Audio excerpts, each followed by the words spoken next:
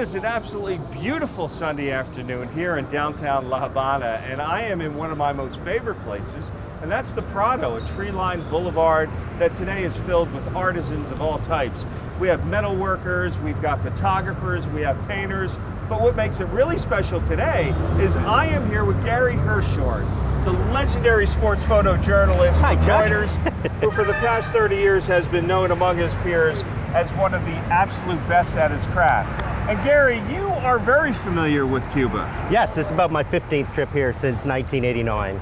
Wow. First time was with Mikhail Gorbachev. He was the leader of the Soviet Union, and he came to see Castro, and quite a news story. And you've seen a tremendous amount of change from 1989 till now. It's definitely modernized, and it's much different. You know, I still like the gritty old parts of the city, but it's definitely becoming more of a tourist mecca. Well, I tell you, since you've got way more experience being here than I have, can we hop into one of those classic cars and can you take me to some of your most favorite places? Oh, we sure can. I mean, let's go. That's great. I love it. I just love it.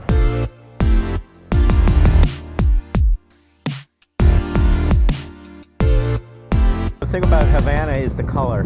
You know, the buildings, all these classic cars, they're all painted in different colors, and to photograph this city is finding the right time of day to photograph the right color. Right. You know, with the sun hitting it. So each time of day or a different time of day enhances a particular color. Absolutely. Now, Correct. this is a fascinating place where we are right now.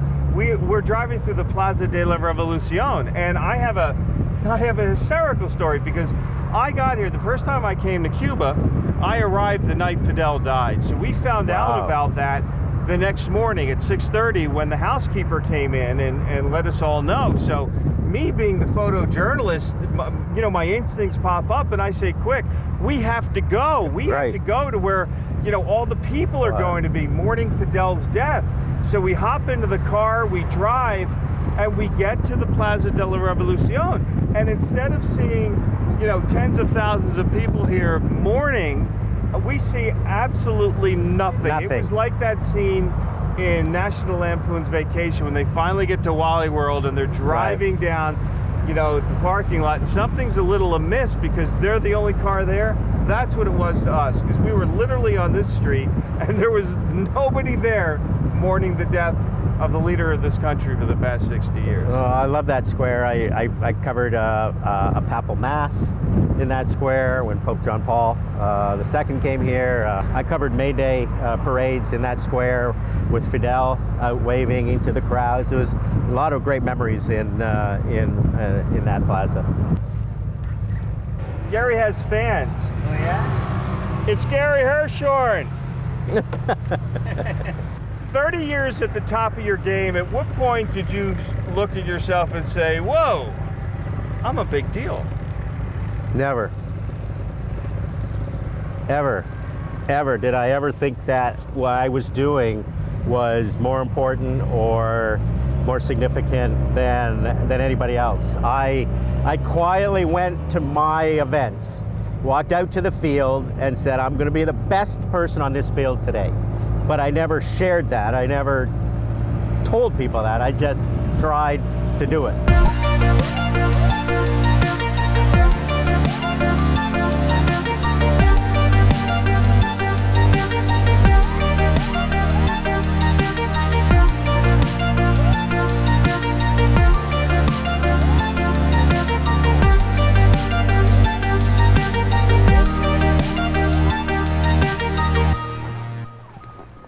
There you go, guys.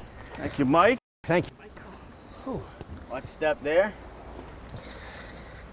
All right, so Gary, assessing the situation, what are you seeing right now? Well, I'm looking for light. We want to see how the water or the light comes through the trees.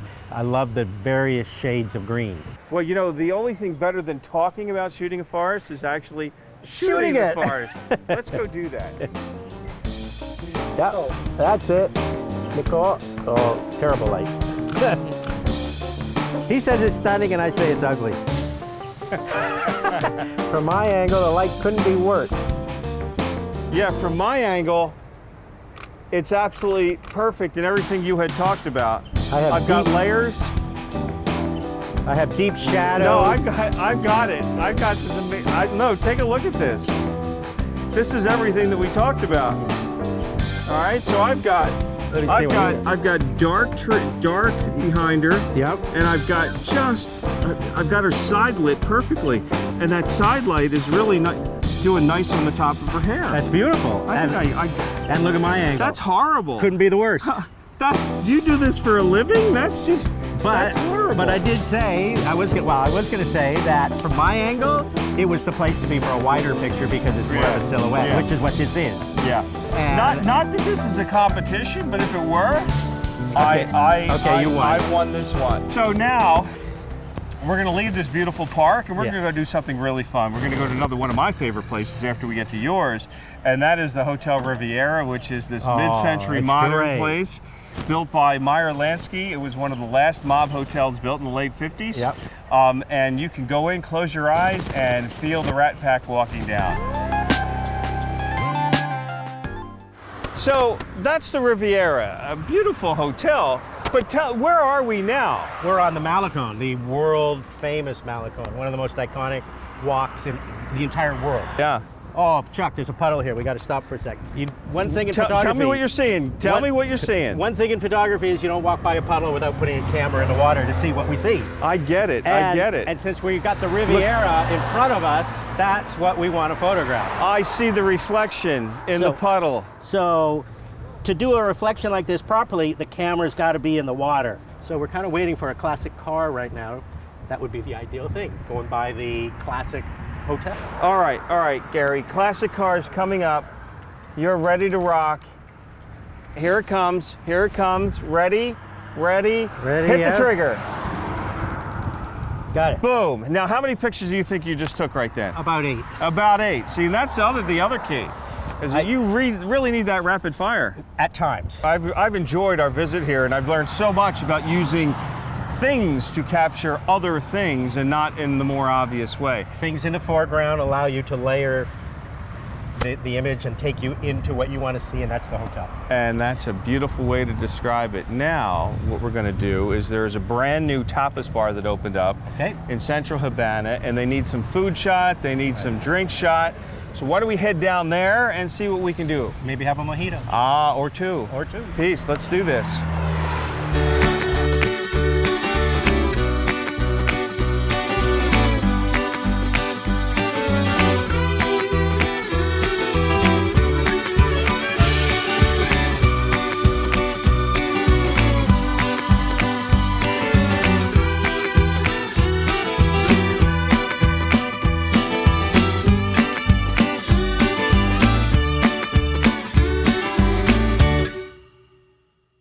So Gary, we're in John Lennon Park, and it's a popular tourist destination, mostly to come over here and say hi to John. But for me, I love what we have across the street, and there are these beautiful old decayed mansions. Let's go see what we can come up with. Oh, absolutely. Okay, man, this is not light for the amateurs. It's midday, it's coming straight down. Tell me what you're seeing. I mean, this building's beautiful. Yeah, I'm seeing a beautiful building that is what people think Havana is these days. You know, the falling apart, decaying old mansions. And if somebody was like up by the door, going through the door, look, it's not going to happen today, but I don't know. We just may have somebody. Hold that thought. Why don't you go up, get into position, and let me see if I can find us a model. You going to come out of my picture, or are you going to stay there all day? I'm sorry, what? Well, what were you saying? What? Does my ass look big in these jeans, Gary? Yes. As a matter of fact. Hey, every man for himself. Shoot around me, brother.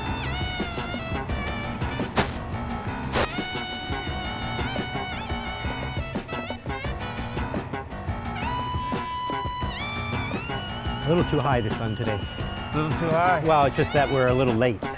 It's not that it's too high, it's all about timing. Everything in photography is about timing. Look, the amateurs can do it when the sun's in the right position. You know? Oh no, there's pictures. It's the badasses that can make great pictures no Oh, matter there's when. plenty of opportunities here. Right? But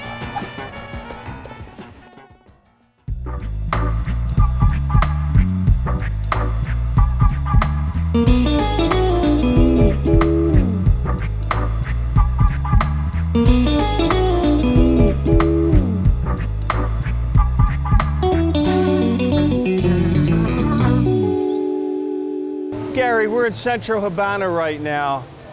It's afternoon, a little bit of rain. Tell me what you're seeing. Tell me what's making sense for you. We've come to a corner here where I see everything I like about a photograph in my style, okay? This has got layering, this has got leading lines. You know, leading lines are V's that take you down through the picture to the subject, which is the Capitolio here. And it's got dramatic clouds that give you a little bit of a silhouette in the top left corner. So yeah, this is a pretty vibrant corner that we're on. I mean, it's fascinating because on the one hand, you've got sort of the urban decay that is quintessential Central Habana. And then over here, you've got, you know, a brand new, really beautiful restaurant. Right. It really truly is everything that you could want in a photograph is right here on this corner. I wish I could tell you how many times I almost get run over. And we do crazy things sometimes as photographers. I try not to risk my life, and when I am out in the street, I am looking around. So. You know, look, here's the upside. I mean, the upside is if God forbid something bad happened to you, right, it would only really mean that the value of your art would just skyrocket. Skyrocket. So I try to always look at the blue, right, and not the dark clouds. That would be good for my daughter. Situation. You know, I think the most important part of any day-long shoot is a downtime, and I'm just really happy that we get to do that here and talk a little bit about, you know, your career, which is just fascinating. I mean, you spent 30 years. We've got to know, what were the highlights? Well, there were a lot, like 17 Olympic Games, and the first one was in 84. I haven't watched 17 Olympic Games on TV. You've been to 17 Olympic Games. 17. I'm going to miss the one in Korea. One of the nice things about going to the Olympics is you cross paths with a lot of other photographers that you only see at Olympic Games. So every 2 years you kind of gather. It's like a family gathering. So among the photographers at these games, and each of them are trying to get the penultimate photo that really characterizes the entire game. You guys are buddies, you hang out, you're drinking beer. We are. And I think amongst the photographers, we feel like we're in competition equal to the athletes, you know. They're out there on the field of play trying to win a gold medal. I can't win a gold medal, but I can certainly win the day by having the best picture. But you guys are not, you know, cutthroat. You're not out to, you know, stick an elbow in front of somebody's eye. You know, you're just great competitors, peers, and you just want to beat the other guy. We all want to win, and you know, being assigned to go to the Olympics is like the ultimate in your career. What was the most exciting Super Bowl that you've done?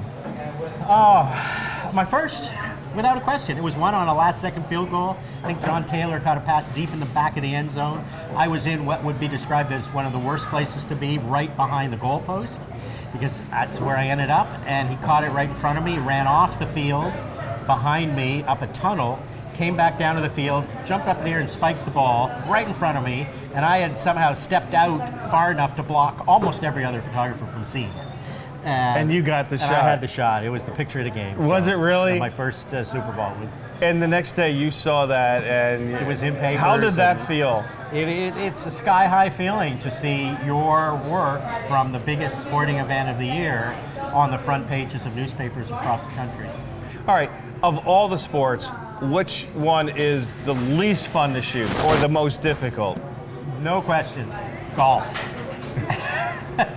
And that's coming from someone who went to 24 Masters. You know, and the Masters is like one of the greatest events I've ever been to. Because they're not they're not stacked up in order of their score on Friday. You're running all over the course. You might chase the leader of the tournament, maybe a guy who teed off early on Thursday.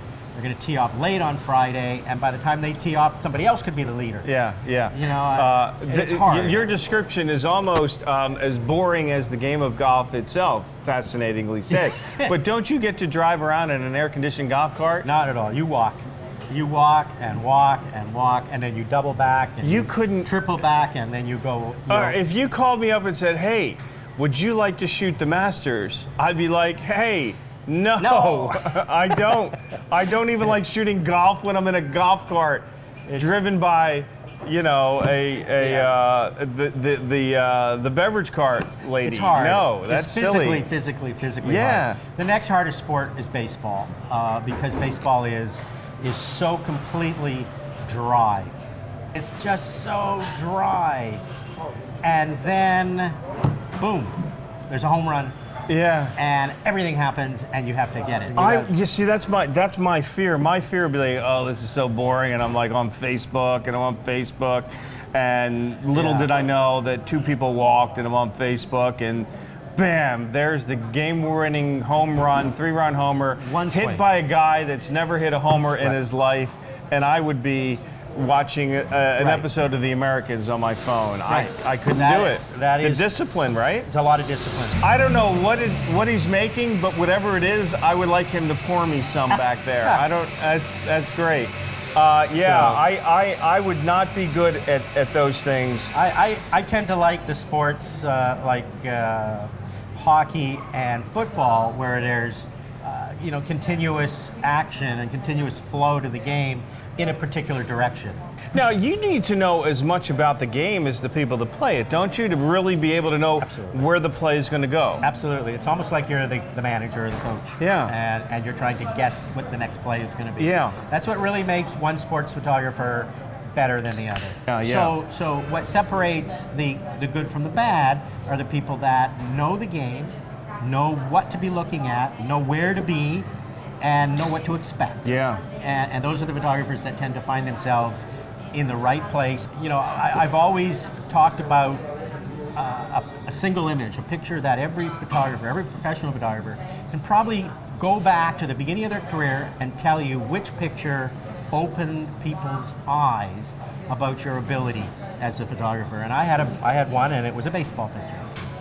May of 1980 of Greg Nettles, a Yankee third baseman, diving for a ball. And that picture opened up the eyes of the big name photo editors at UPI in New York. Oh, who is this kid? So a couple of months later, I found myself in Montreal photographing Sugar Ray Leonard, Roberto Duran, their first fight. It was in Montreal, and I feel like based on that one picture, which put my name in the minds of people who were the signers of the work, and they said, get him to Montreal. I'd like to see this kid in Montreal. And how old were you? It was 22. 22.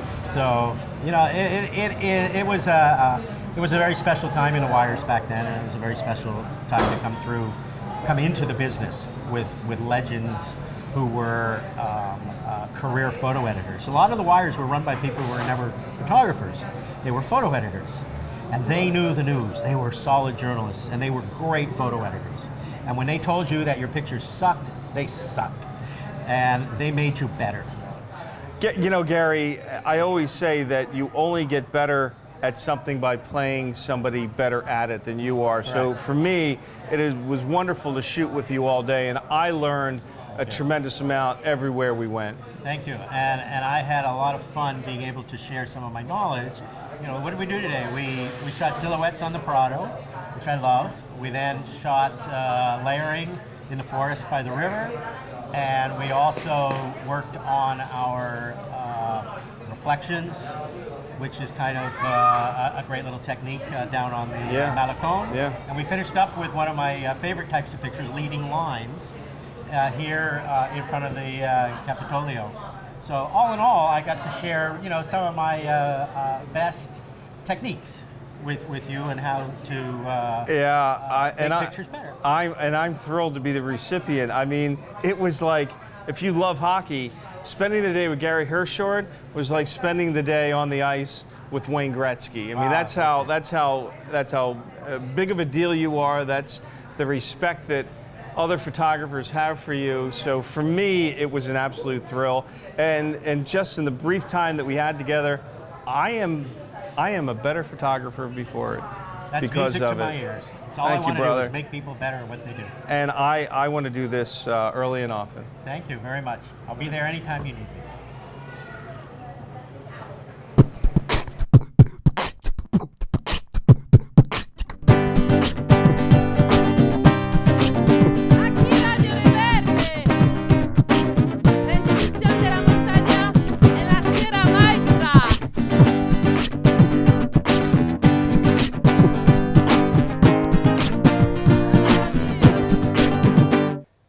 So this is Vinales in the Pinar del Rio part of Cuba, which is out to the west, and it's home to the tobacco farms and sugarcane farms and those gorgeous limestone mountains that you see behind me. You know, it was interesting because on the way in, it was rainy and cloudy, and my producer said, you know what, it's probably not going to be a great picture today. And when he said that, I immediately thought back to what my then 3-year-old daughter said one day as we were driving around in the car. It was rainy and drizzly and gray, and I said, wow, such an ugly day. And she said, Daddy, you can find the beauty in any day. And you know, since the time she said that 23 years ago, I have lived by those words, whether as a photographer with the camera around my neck taking pictures or just walking around, you know, going about my business. I always try to look for the beauty of any day. So what I'm going to try to do now is go down there and through the town of Vinales and trying to find the beauty here, and maybe use some of those techniques that Gary Hershorn taught me to do the other day when we were in Habanas. And I want you to come along with me. Let's do it. So that valley that I want to shoot is about a half a kilometer away, and I could walk, or I could hook up with my friend Miguel over here and our bad boy Palomar, and for 5 cooks, which is about $5 for the hour, we can go down and ride in a little style. And I will also say the elevated platform that this beautiful little creature gives me gets me just a little high, and I always say it's much better to shoot when you're a little high. Let's go. I see. You didn't know that I'm an expert equestrian. The number one rule on this situation is to let the horse, excuse me. I got it. Right. I knew that. Ya está. Sí. Okay. Sí. Sí. Yeah. Derecha en Cuba. Derecha. Derecha. Izquierda. Izquierda. Para. Para. Sí. Para, cochero. See, Para. I know everything I need to know in Spanish. The number one thing with a horse is you gotta let this guy know who's boss. And in this situation, it's this guy. Adios, amigo! Adios! Vaya con Dios! My darling! Amigo. Amigo Pigo.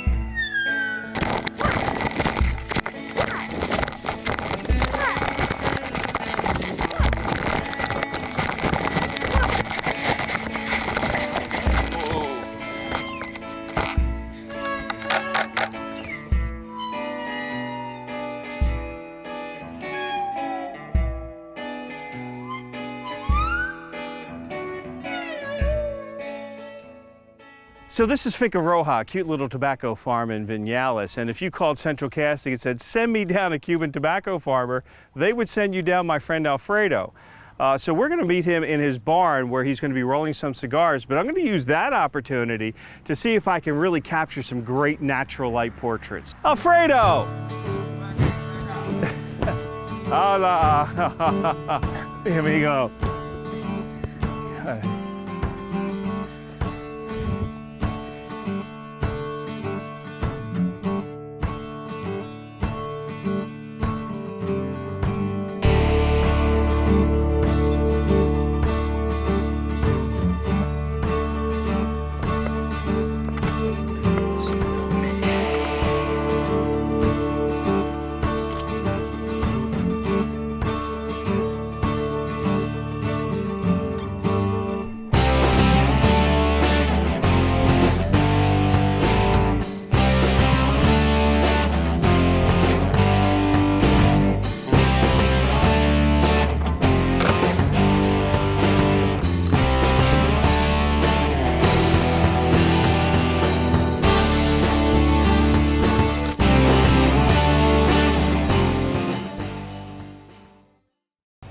Well, my time in Havana is just about over, but I have one last really important thing to do. You know, when I bring students down here, the highlight of our shooting day is when we grab some cigars and some rum and we go underneath that gazebo for what we like to call the table of truth, and that's where I critique their work. Well, this morning, the tables are turned a little bit, and Gary Hershorn's waiting for me, and he's going to do to me what I do to my students. So come along and let's see if I was able to capture the essence of Cuba. All right, Gary, before we start, can I offer you some rum? Truck, it's 9 a.m. Point? All right, look. So we were down at the river, and you were telling me about colors and depth, so This is what I came up with. I've got a little hair light. What do you think? I think it's really nice. You know, I was like, what, 4 feet to your right, and my picture was so bad. And you were in a much better angle to photograph her. Yeah, the great photographers find the light. Okay, so then we talked about leading lines. Yeah, this is you know, a good example of how, you know, coming from the back up, your eye is coming in from the left, and you're taken right to the person that's in focus. And I tried. I really liked that the sun was coming from that direction too, so we got that really nice backlight happening on her hair. Yes. You know, I wanted to shoot some portraits when I was in Vinales. The people just have such character about them, but I wanted to use a really wide lens, so I actually shot these portraits with a 14 to 24. And it looks great. You know, it's not your typical portrait lens, but the reason it works well here is because you chose a wide aperture. And that is how you can make the person stand out against the background. If that had been shot all like at f/16 and everything in focus, it wouldn't have been as nice a picture. You know, it's a challenge to use that kind of lens because of the inherent distortion, but if you work with that distortion, you can come up with something cool. Yeah, you get the person, you know, towards the center and let the edges be what they are, and it worked very nicely. Oh, thank you. So Gary, one of the highlights out in Vinales is this huge painted mountain. I mean, this thing is hundreds and hundreds of feet tall. But we got there late. I couldn't find a framing device, and I didn't want to just shoot the mountain, so I figured let me use that technique that you taught me about getting low, and this is what I came up with. And you know, getting low adds drama to a picture. It's one of the great techniques, I think, of photography. But while you were lying down there in the grass, did somebody come up to you and say, "Are you okay down there?"